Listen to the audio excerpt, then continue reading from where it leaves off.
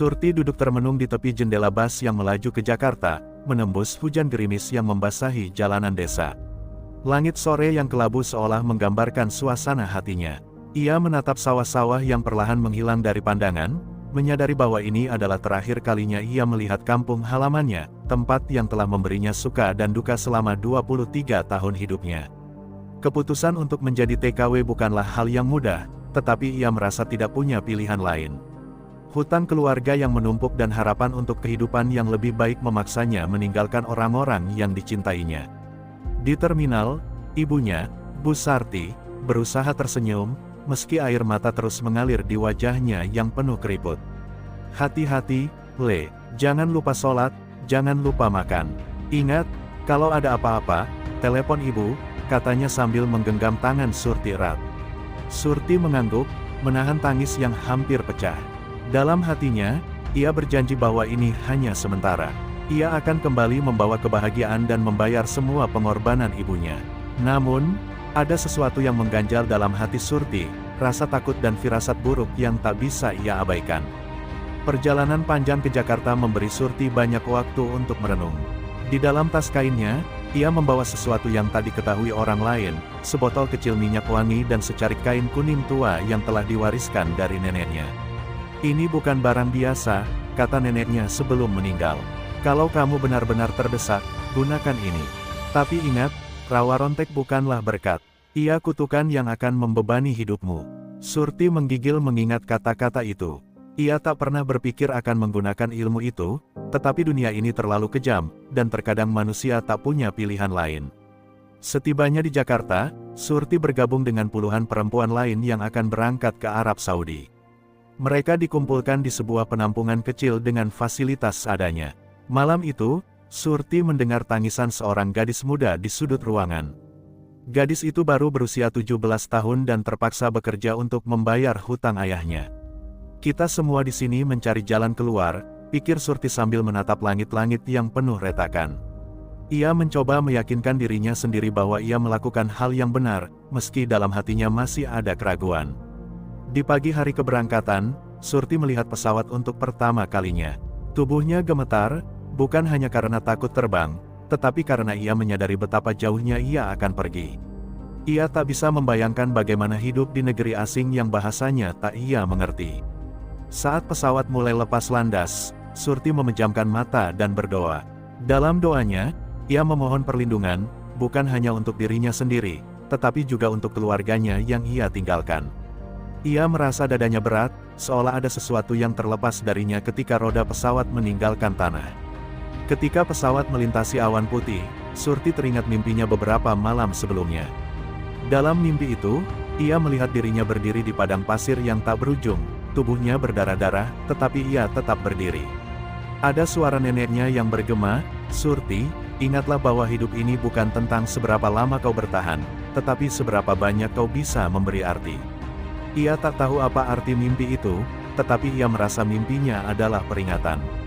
Setibanya di Jeddah, Surti merasakan betapa asingnya negeri ini. Udara panas dan gersang menyerbu wajahnya saat ia melangkah keluar dari bandara.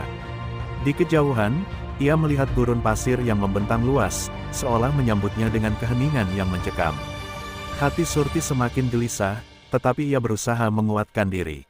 "Aku harus kuat," katanya dalam hati. Ini adalah awal dari hidup yang baru. Namun, Surti tak pernah tahu bahwa perjalanan ini akan mengubah hidupnya. Selamanya, di negeri asing ini, ia akan dihadapkan pada ujian yang tidak pernah ia bayangkan. Ia akan menyadari bahwa ilmu rawa rontek yang ia miliki bukanlah sekadar warisan, tetapi juga kutukan yang akan membawanya ke dalam dunia penuh bahaya, ambisi, dan pengorbanan. Di tengah padang pasir, Surti akan belajar bahwa kekuatan terbesar bukanlah keabadian, melainkan keberanian untuk menghadapi hidup apa adanya. Surti menatap gerbang besar yang menjulang di depannya, terbuat dari besi hitam dengan ornamen rumit. Di balik gerbang itu, sebuah rumah megah berdiri, mencerminkan kekayaan yang tak pernah ia bayangkan sebelumnya. Rumah itu milik Jamil, majikan barunya. Saat ia melangkah masuk, hatinya bergetar. Bukan hanya karena keindahan rumah itu, tetapi juga karena firasat tak nyaman yang mengintai sejak perjalanan panjangnya dari bandara. Seorang pembantu lain, Aisyah, menyambutnya dengan dingin. Kamu orang baru? Iya.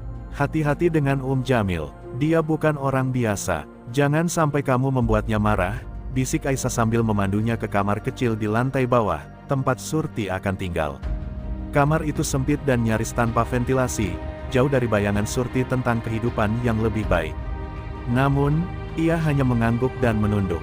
Ia tahu, di tempat ini, ia tak punya suara.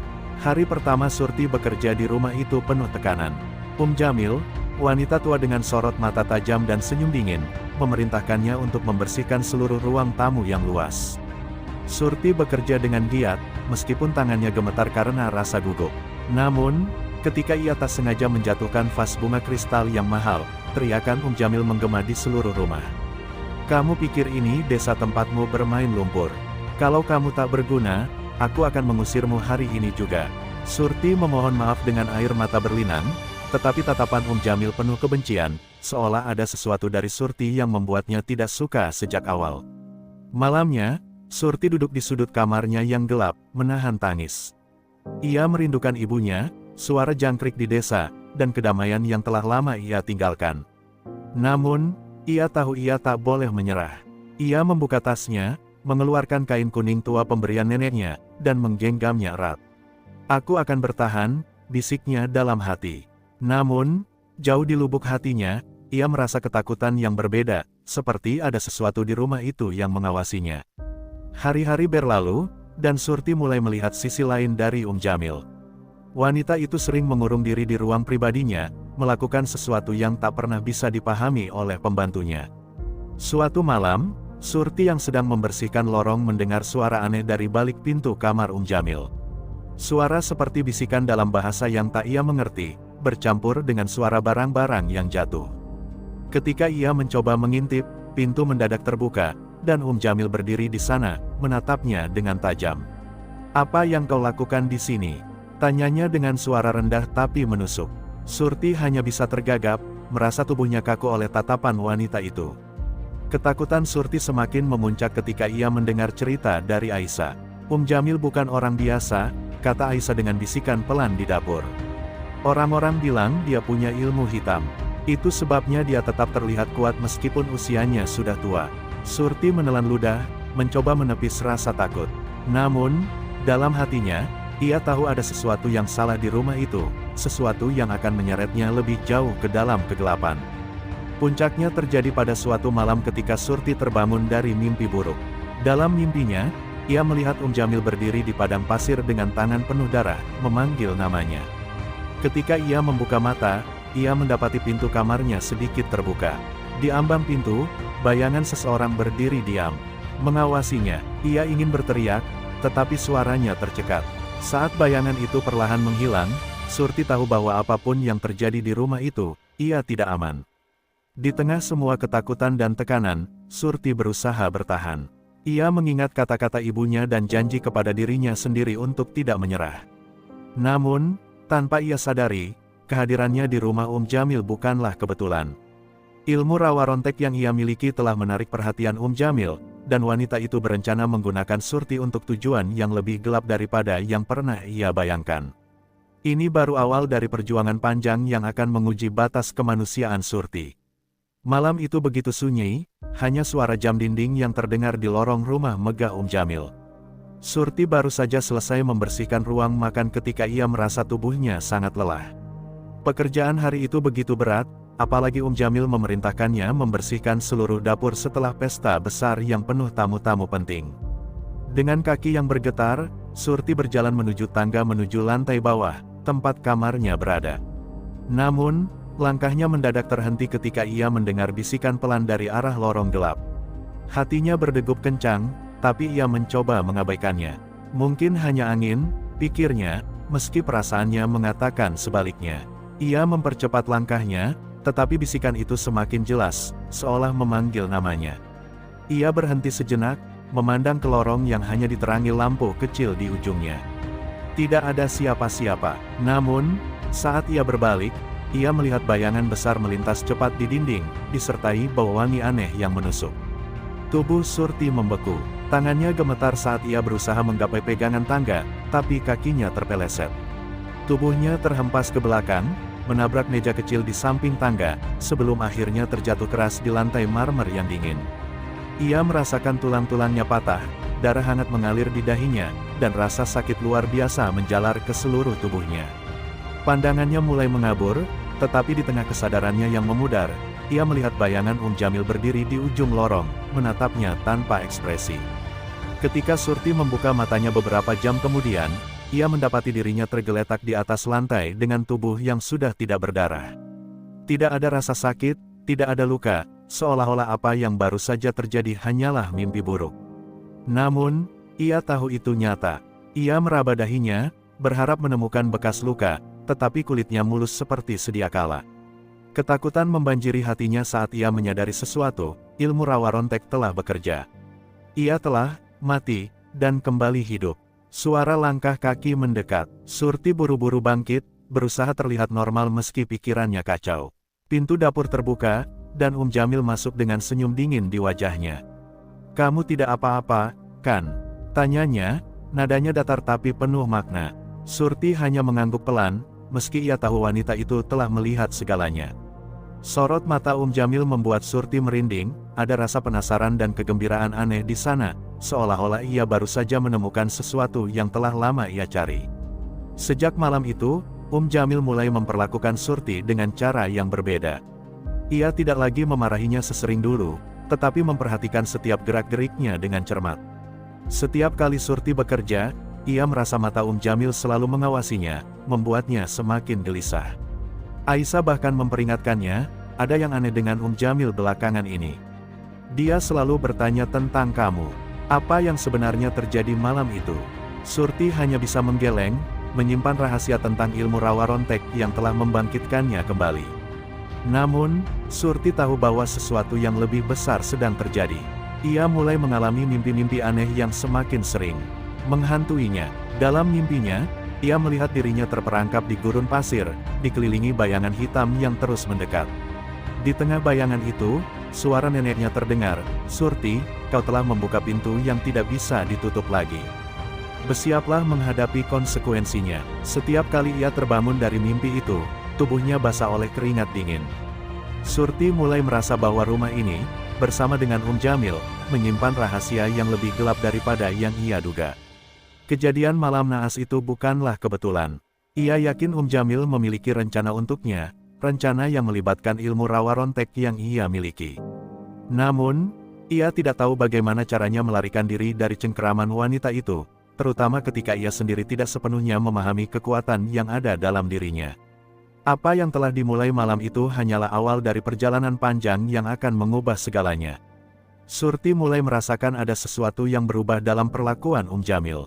Wanita tua itu semakin sering memanggilnya ke ruang pribadinya yang terletak di lantai atas, tempat yang sebelumnya tidak pernah ia masuki. Ruangan itu berbau dupa dan dipenuhi dengan benda-benda aneh, buku-buku tebal dengan tulisan Arab kuno, patung kecil dari emas, dan lilin-lilin hitam yang menyala meskipun tidak ada angin. Setiap kali Surti berada di sana, ia merasa dadanya sesak, seolah ada energi gelap yang menguasai ruangan. Pada suatu malam, Jamil memanggil Surti untuk membantunya menyiapkan meja kecil di tengah ruangan. "Kamu tahu, Surti, ada hal-hal di dunia ini yang tidak bisa dipahami oleh orang biasa," katanya dengan nada yang lembut, tetapi dingin. Surti hanya mengangguk, tak berani menatap langsung ke mata Jamil. "Kamu bukan gadis biasa, bukan?" lanjutnya. Surti terkejut, tetapi ia berusaha menyembunyikan ketakutannya. "Saya hanya seorang pembantu, Madam," jawabnya pelan, berusaha mengalihkan pembicaraan. Namun, Jamil tertawa kecil, sebuah tawa yang membuat bulu kuduk Surti meremang. Sejak kejadian jatuh dari tangga, Jamil tampaknya yakin bahwa Surti menyimpan rahasia besar. Ia mulai bertanya hal-hal aneh, seperti apakah Surti pernah belajar ilmu dari leluhurnya, atau apakah ia pernah mendengar tentang keabadian. Surti berusaha menghindari semua pertanyaan itu, tetapi ia tahu Jamil semakin mencurigainya. "Kamu istimewa, Surti. Aku bisa merasakannya," kata Jamil suatu malam. "Dan mungkin, kamu adalah kunci yang selama ini aku cari." Kata-kata itu membuat Surti semakin yakin bahwa Jamil memiliki tujuan gelap yang melibatkan dirinya. Rahasia terbesar Jamil terungkap secara tidak sengaja pada suatu malam ketika Surti memutuskan untuk menyelidiki ruang pribadi wanita itu. Ia menunggu hingga semua penghuni rumah tidur, lalu diam-diam masuk ke dalam ruangan yang kini tampak lebih menyeramkan daripada sebelumnya. Di salah satu sudut, ia menemukan sebuah buku besar dengan tulisan Arab yang tampak kuno. Membuka halaman pertamanya saja sudah membuat tubuhnya gemetar. Di dalamnya terdapat diagram aneh tentang tubuh manusia, dan di salah satu halaman ada gambar yang menyerupai sosok dirinya. Namun, yang paling mengejutkan adalah sebuah peti kecil berwarna emas di atas meja. Surti memberanikan diri membukanya, dan di dalamnya ia menemukan sebuah kain kuning serupa dengan miliknya, tetapi jauh lebih tua dan penuh noda darah. Di bawah kain itu, ada secarik kertas dengan tulisan Arab yang sulit dibaca. Surti tak mengerti apa yang tertulis, tetapi instingnya mengatakan bahwa benda itu memiliki hubungan dengan ilmu rawa rontek yang ia warisi. Sebelum ia sempat menutup peti, suara langkah kaki mendekat. Ia buru-buru bersembunyi di balik tirai tebal di sudut ruangan. Jamil masuk dengan membawa lilin. Ia terlihat berbicara sendiri, tetapi suaranya berbeda, seperti ada dua orang yang berbicara bersamaan. Surti adalah kunci, katanya, nadanya penuh hasrat. Dengan darahnya, aku bisa memperpanjang hidupku selamanya. Aku harus memastikan dia tetap di sini. Surti menahan napas, tubuhnya gemetar hebat. Ia ingin lari, tetapi ia tahu jika ketahuan, ia tidak akan selamat. Ia tetap diam, menunggu sampai Jamil keluar dari ruangan sebelum akhirnya ia berlari kembali ke kamarnya dengan air mata bercucuran. Pagi harinya, Surti merasa tubuhnya lemas. Malam itu membuatnya sadar bahwa ia tidak bisa lagi bertahan di rumah ini. Jamil bukan sekadar wanita kaya dengan sifat kasar, ia adalah seseorang yang memahami ilmu hitam lebih dari yang pernah Surti bayangkan. Rahasia tentang kain kuning, buku tua, dan rencana gelap Jamil membuat Surti sadar bahwa ia sedang berada dalam bahaya besar. Namun, ia tidak tahu kemana harus pergi. Gurun pasir yang membentang di luar rumah itu seperti penjara, dan di dalam rumah, Jamil adalah penjaganya. Di tengah kebingungannya, Surti hanya memiliki satu pegangan, kain kuning tua milik neneknya. Ia mulai menggenggam kain itu setiap malam, berharap mendapat petunjuk tentang apa yang harus dilakukan. Dalam salah satu mimpinya, ia melihat bayangan neneknya berdiri di padang pasir, memanggilnya dengan suara lembut, "Surti, waktunya hampir tiba. Kau harus memilih, bertahan atau melawan." Mimpi itu terasa begitu nyata, dan saat Surti terbangun, ia tahu bahwa apapun yang akan terjadi, ia harus mempersiapkan diri untuk menghadapi sesuatu yang besar. Kini, Surti tidak hanya melawan kekuatan gelap Jamil, tetapi juga kutukan yang mengalir dalam darahnya. Ia mulai memahami bahwa ilmu rawa rontek yang ia miliki bukan hanya menjadi penyelamat, tetapi juga bisa menjadi alat bagi orang lain untuk melakukan hal-hal yang lebih mengerikan. Di rumah megah ini, Surti tidak hanya menjadi pembantu, ia menjadi pusat dari rencana yang melibatkan hidup, kematian, dan keabadian. Dan ia tahu, waktu untuk melarikan diri semakin sempit. Malam itu, Surti memutuskan untuk mencari jalan keluar. Ia tahu jika terus tinggal di rumah ini, hidupnya akan berakhir dengan cara yang mengerikan. Ia mengintip keluar jendela kamar kecilnya dan menatap gelapnya padang pasir. Tidak ada kendaraan, tidak ada tanda-tanda kehidupan lain selain rumah Jamil. Namun, Surti tahu, ia harus melarikan diri, meski hanya berbekal tekad dan kain kuning pemberian neneknya. Saat ia berkemas dengan tergesa-gesa, tiba-tiba ia mendengar suara langkah kaki mendekat. Jantungnya berdegup kencang, pintu kamar kecilnya terbuka perlahan, dan di ambang pintu berdiri Aisyah dengan wajah tegang. "Kamu mau lari?" bisik Aisyah, matanya penuh kekhawatiran. Surti mengangguk, mencoba menjelaskan tanpa suara. Tapi Aisyah malah menariknya ke sudut kamar. "Kamu pikir kamu bisa melarikan diri? Tidak ada yang pernah keluar dari rumah ini hidup-hidup." Surti terkejut mendengar kata-kata itu. Ia mencoba bertanya apa yang Aisyah maksud, tetapi gadis itu hanya menunduk, menggigit bibirnya seolah takut mengatakan lebih banyak. "Aku juga pernah mencoba kabur," bisik Aisyah akhirnya, dengan suara bergetar. "Tapi Jamil, dia menemukanku. Dan setelah itu, aku tidak pernah lagi bisa bermimpi tentang kebebasan."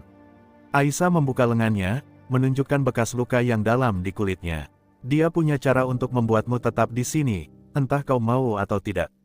Kata-kata Aisyah membuat Surti semakin ketakutan, tetapi juga semakin yakin bahwa ia tidak bisa tinggal lebih lama. Ia menggenggam tangan Aisyah, memohon agar gadis itu ikut bersamanya. Namun, Aisyah hanya menggeleng. "Aku sudah terikat di sini," katanya dengan nada penuh keputusasaan. "Tapi kamu, aku tidak tahu kenapa, tapi aku merasa kamu punya sesuatu yang bisa melawan dia. Pergilah, sebelum terlambat." Aisyah mendorong Surti keluar kamar, memberinya secarik kertas yang berisi rute menuju jalan besar di luar padang pasir. "Lari, dan jangan pernah menoleh ke belakang," bisiknya sebelum pergi. Dengan perasaan campur aduk, Surti akhirnya meninggalkan kamarnya. Ia melangkah pelan melalui lorong gelap, berusaha tidak membuat suara. Namun, ketika ia mencapai pintu utama, ia mendapati sesuatu yang membuat tubuhnya kaku. Di tengah ruang tamu, Jamil berdiri dengan punggung menghadap ke arahnya. "Kau pikir bisa kabur?" Suara dingin itu menggema di ruangan. Surti merasa lututnya lemas, tetapi ia mencoba menguatkan diri. "Aku tidak bisa tinggal di sini lagi, Madam," katanya dengan suara gemetar. Jamil perlahan berbalik, senyumnya penuh keangkuhan. "Aku sudah tahu tentangmu, Surti. Kekuatan yang kau miliki, itu adalah sesuatu yang aku cari selama bertahun-tahun. Kau tidak akan pergi kemanapun." Surti mundur beberapa langkah, tetapi Jamil melangkah maju, mengeluarkan sebotol cairan merah dari sakunya. "Darahmu adalah kunci, Surti. Dengan itu, aku akan hidup selamanya." Wanita tua itu mengangkat botol itu, dan tiba-tiba Surti merasakan dadanya sesak, seolah ada sesuatu yang menarik nyawanya keluar. Dalam keputusasaan, Surti meraih kain kuning pemberian neneknya dan menggenggamnya erat. Ia memejamkan mata, mengingat doa-doa yang pernah diajarkan ibunya. Tiba-tiba, ia merasakan aliran energi aneh dari kain itu. Ketika ia membuka matanya, cahaya kuning samar melingkupi tubuhnya. Jamil terkejut, langkahnya mundur perlahan. "Apa yang kau lakukan?" teriaknya dengan nada panik. Surti tidak tahu apa yang sedang terjadi, tetapi ia tahu bahwa kain kuning itu melindunginya. Dengan kekuatan yang entah dari mana, ia berlari melewati Jamil yang tampak kebingungan, membuka pintu, dan berlari ke padang pasir. Surti berlari sekuat tenaga, napasnya tersengal-sengal. Ia tidak peduli dengan pasir panas yang melukai kakinya, atau kegelapan malam yang menyelubungi pandangannya. Ia hanya tahu satu hal, ia harus pergi sejauh mungkin dari rumah itu. Namun, ketika ia menoleh ke belakang, ia melihat bayangan Jamil di kejauhan, berdiri di depan rumah dengan mata yang bersinar merah. Surti tahu bahwa ini belum selesai. Perburuan baru saja dimulai. Padang pasir yang luas terbentang di depan Surti seperti lautan tanpa ujung. Kegelapan malam dan dinginnya angin menggigit kulitnya, tetapi ia terus berlari tanpa henti. Di belakangnya, ia masih bisa merasakan kehadiran Jamil, meskipun wanita itu tidak terlihat lagi. Surti tahu, ini bukan hanya pengejaran fisik, Jamil memiliki kekuatan yang bisa melampaui batas manusia. Langkahnya mulai melambat saat rasa lelah menguasai tubuhnya, tetapi ia tidak boleh berhenti. Jika ia menyerah sekarang, segalanya akan berakhir. Tiba-tiba, suara angin berubah menjadi bisikan yang familiar. "Surti," suara itu terdengar, seperti campuran antara suara Jamil dan sesuatu yang lebih menakutkan. Surti terhenti, menoleh ke sekeliling, tetapi tidak ada siapapun di sana.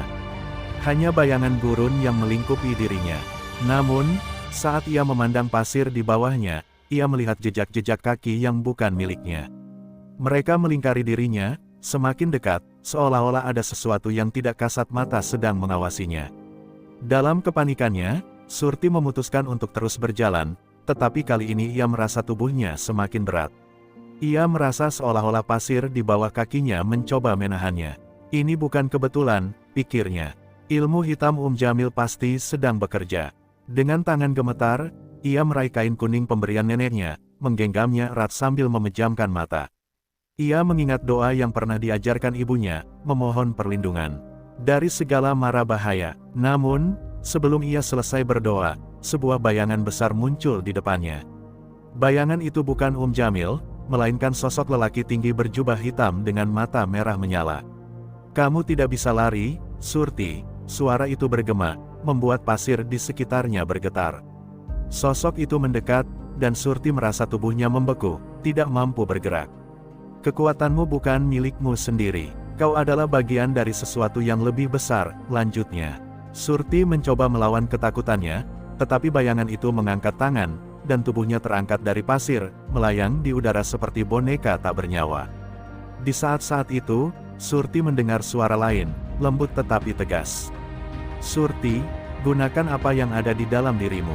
Kain itu bukan sekadar pelindung, tapi juga sumber kekuatanmu." Suara itu seperti suara neneknya, membuat Surti kembali sadar akan warisan yang ia bawa. Dengan sekuat tenaga, ia meraih kain kuning yang masih tergenggam di tangannya, lalu memejamkan mata dan memusatkan seluruh pikirannya.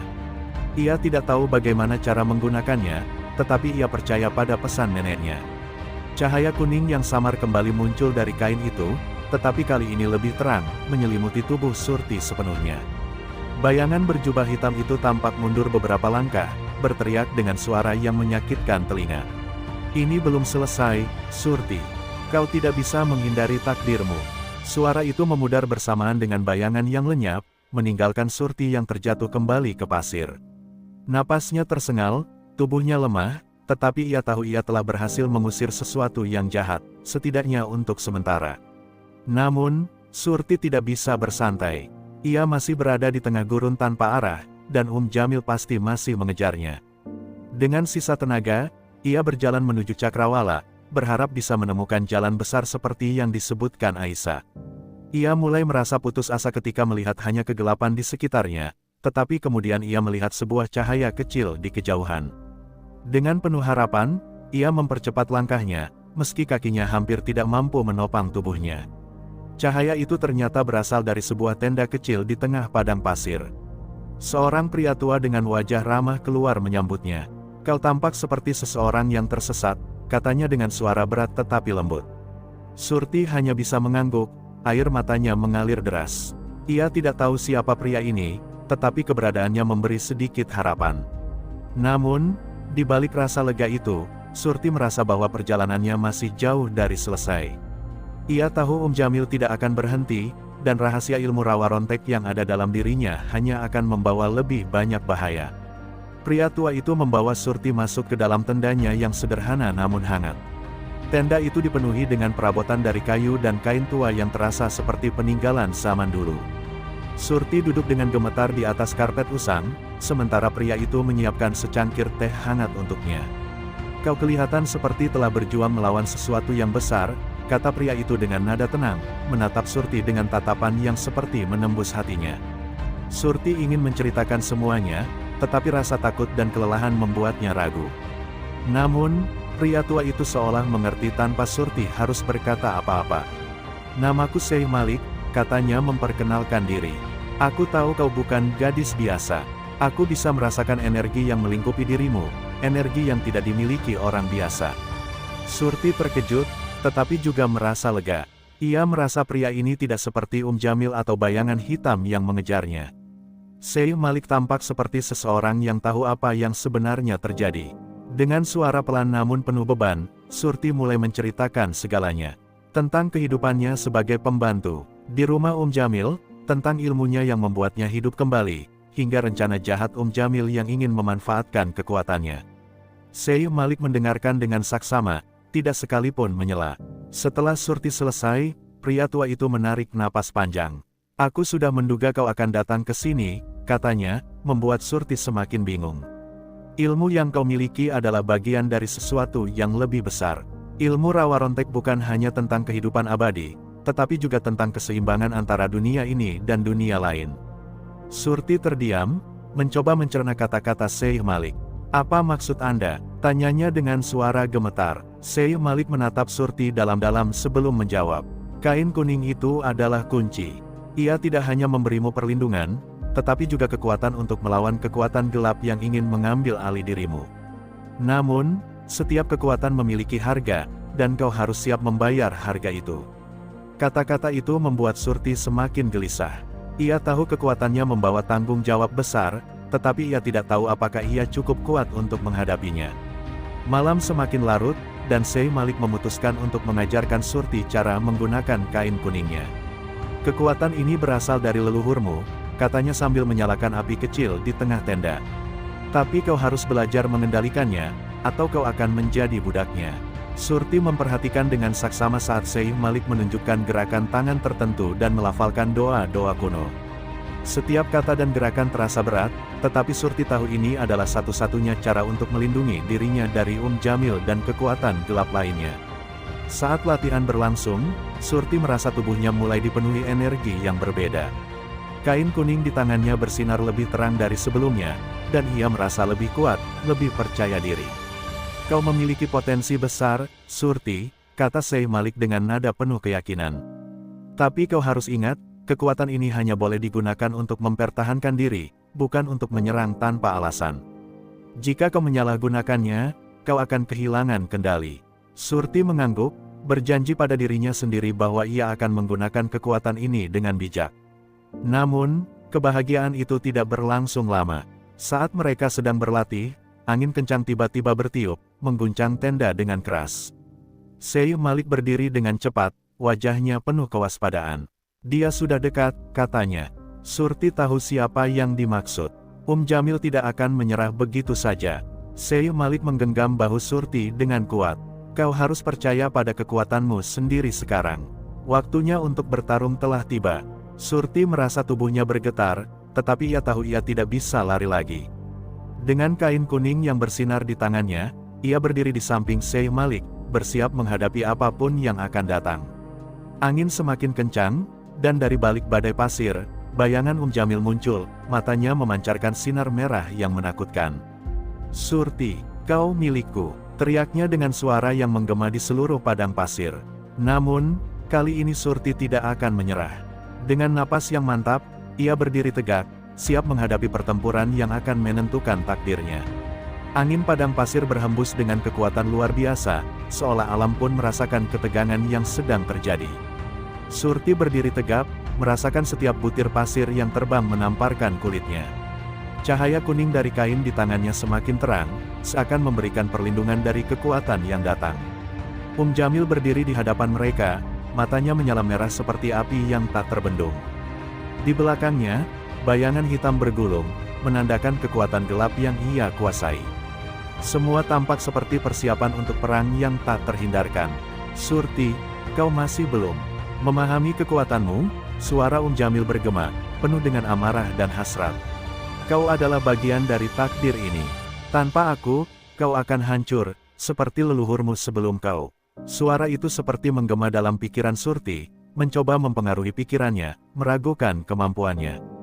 Tetapi setiap kali Surti merasakan keraguan, ia hanya menatap kain kuning di tangannya, mengingat pesan neneknya, dan kekuatan yang mengalir dalam darahnya. Ia tahu ini adalah pertarungannya, dan hanya dia yang bisa menghentikan Jamil. Syekh Malik berdiri di samping Surti, wajahnya serius namun penuh keyakinan.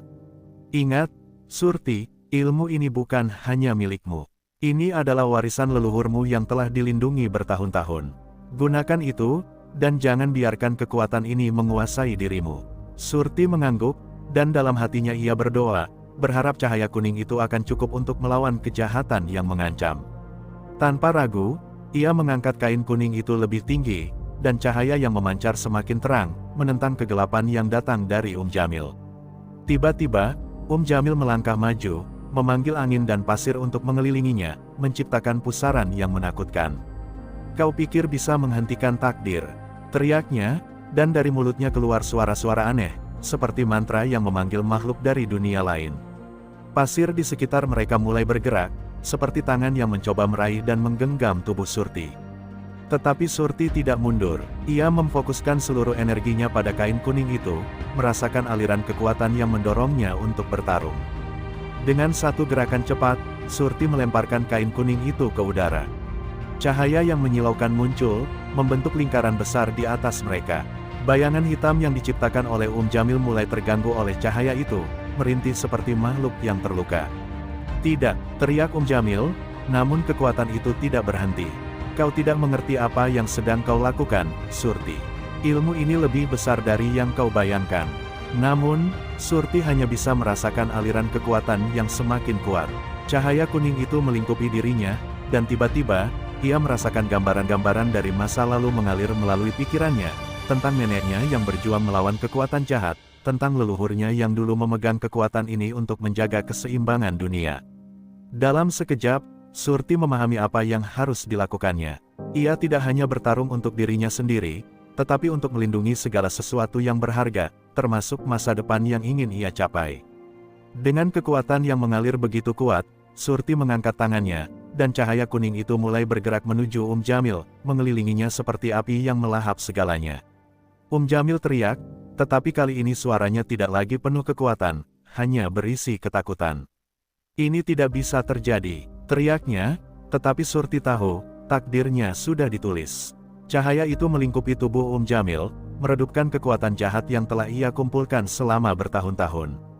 Dalam waktu singkat, wanita itu terjatuh ke tanah, tubuhnya terbungkus cahaya kuning, kehilangan kekuatan yang telah membuatnya menjadi makhluk yang hampir abadi.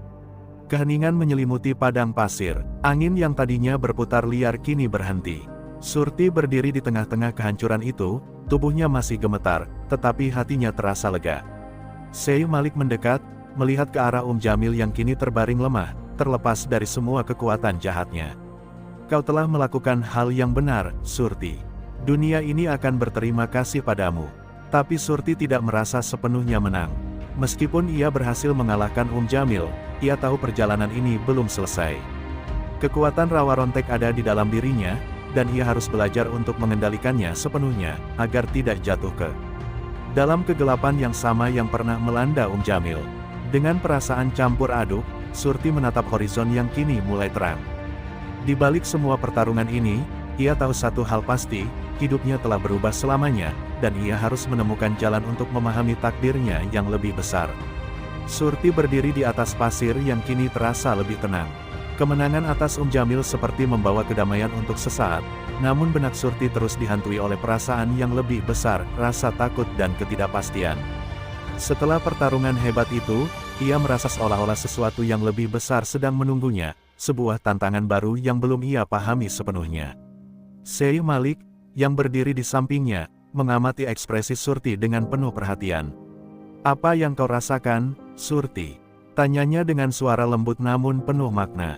Surti menggenggam kain kuning itu lebih erat, merasakan energi yang masih mengalir di tubuhnya. "Aku merasa seolah-olah ini belum berakhir," jawabnya, suara yang penuh keraguan. "Aku telah mengalahkan Jamil, tetapi aku tahu ada sesuatu yang lebih besar lagi. Kekuatanku ini, aku tidak tahu apakah aku bisa mengendalikannya." Suaranya hampir pecah, namun ia berusaha keras menahan air mata yang ingin jatuh. Ia merasa terlalu kecil dibandingkan dengan apa yang telah ia hadapi. Syekh Malik menghela napas panjang dan memandangnya dengan tatapan yang penuh empati. "Kekuatan yang kau miliki adalah warisan leluhurmu, Surti. Tapi bukan hanya itu yang menentukan takdirmu. Tak ada jalan yang mudah bagi mereka yang diberi kekuatan seperti ini. Namun, satu hal yang pasti, kau tidak sendirian." Dia berhenti sejenak, seolah mempertimbangkan kata-katanya. "Aku telah memantau perjalananmu sejak lama, Surti. Dan aku tahu bahwa kau memiliki lebih banyak kekuatan daripada yang kau ketahui." Surti menatapnya bingung. "Apa maksudmu?" tanyanya. Syekh Malik mengangguk pelan. "Aku tahu kau merasa terjebak, merasa seperti alat yang hanya digunakan oleh orang lain. Tetapi ini adalah saatnya untuk menyadari bahwa kau bukan hanya pewaris kekuatan ini, kau juga penentu arah dunia ini. Kekuatanmu bukan hanya untuk melawan kekuatan gelap yang sudah ada, tetapi untuk menjaga keseimbangan dunia ini." Tapi Surti tidak merasa siap. "Aku hanya seorang gadis biasa. Aku datang ke sini untuk melarikan diri, untuk mencari kebebasan, tetapi sekarang aku merasa lebih terikat dari sebelumnya," keluhnya, matanya tertunduk, penuh kebingungan. Syekh Malik memegang bahunya dengan lembut, memberikan rasa ketenangan yang langka. "Kebebasan bukan berarti tanpa tanggung jawab, Surti. Justru dengan kekuatan ini, kau memiliki kesempatan untuk memilih jalanmu sendiri, untuk membentuk masa depan yang kau inginkan." Surti merasakan kehangatan dari kata-kata itu, meskipun hatinya masih penuh dengan ketakutan. Ia menyadari bahwa perjalanan panjang ini baru saja dimulai. "Apa yang harus aku lakukan?" tanyanya dengan penuh harap. Syekh Malik mengangkat tangannya, menunjuk ke arah cakrawala yang terbentang luas. "Jalanmu masih panjang, Surti. Tetapi jalan itu akan membawamu untuk bertemu dengan orang-orang yang memiliki tujuan yang sama, yang akan membantu menemukan jalan yang benar. Namun, kau harus siap menghadapi lebih banyak ujian."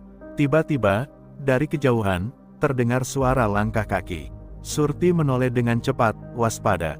Dari balik padang pasir, muncul sebuah sosok yang ia kenali.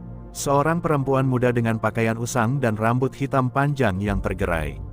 Aisyah, gadis yang pernah memperingatkan Surti tentang bahaya yang mengancam, kini muncul di hadapan mereka, wajahnya penuh dengan kesan ketegangan.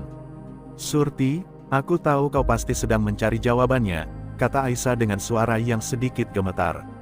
"Tapi ada sesuatu yang lebih besar yang harus kau ketahui. Sesuatu yang akan mengubah semuanya." Surti terdiam, hatinya berdebar. "Apa maksudmu, Aisyah?" tanyanya, hampir tidak percaya. Aisyah menatapnya dengan serius. "Ada sebuah organisasi yang menginginkan kekuatan Rawa Rontek Asteris. Mereka telah mengawasi setiap langkahmu, dan sekarang mereka tahu kau masih hidup. Mereka akan datang ke sini, Surti. Mereka tidak akan membiarkanmu bebas begitu saja." Kata-kata itu menghantam Surti dengan keras. Ia merasa tubuhnya melemas, namun juga semakin sadar bahwa pelariannya belum berakhir. Malahan, justru sebuah perjalanan baru sedang dimulai, perjalanan yang penuh dengan bahaya dan rahasia yang lebih besar dari apapun yang pernah ia bayangkan. Surti berdiri di tengah-tengah gurun yang hening, namun hatinya tidak bisa tenang. Aisyah berdiri di sampingnya, wajahnya terlihat cemas. Kata-kata tentang organisasi yang menginginkan Rawa Rontek masih bergema di telinganya, mengganggu setiap pikiran yang melintas. Surti merasa beban di dadanya semakin berat, seperti ada kekuatan yang menekan, menuntutnya untuk membuat keputusan besar yang ia tidak siap untuk ambil. "Kita tidak bisa berlama-lama di sini," kata Aisyah, suaranya penuh urgensi. "Mereka akan segera tahu keberadaan kita." Surti menatap ke arah Syekh Malik, yang tetap tenang meskipun situasi semakin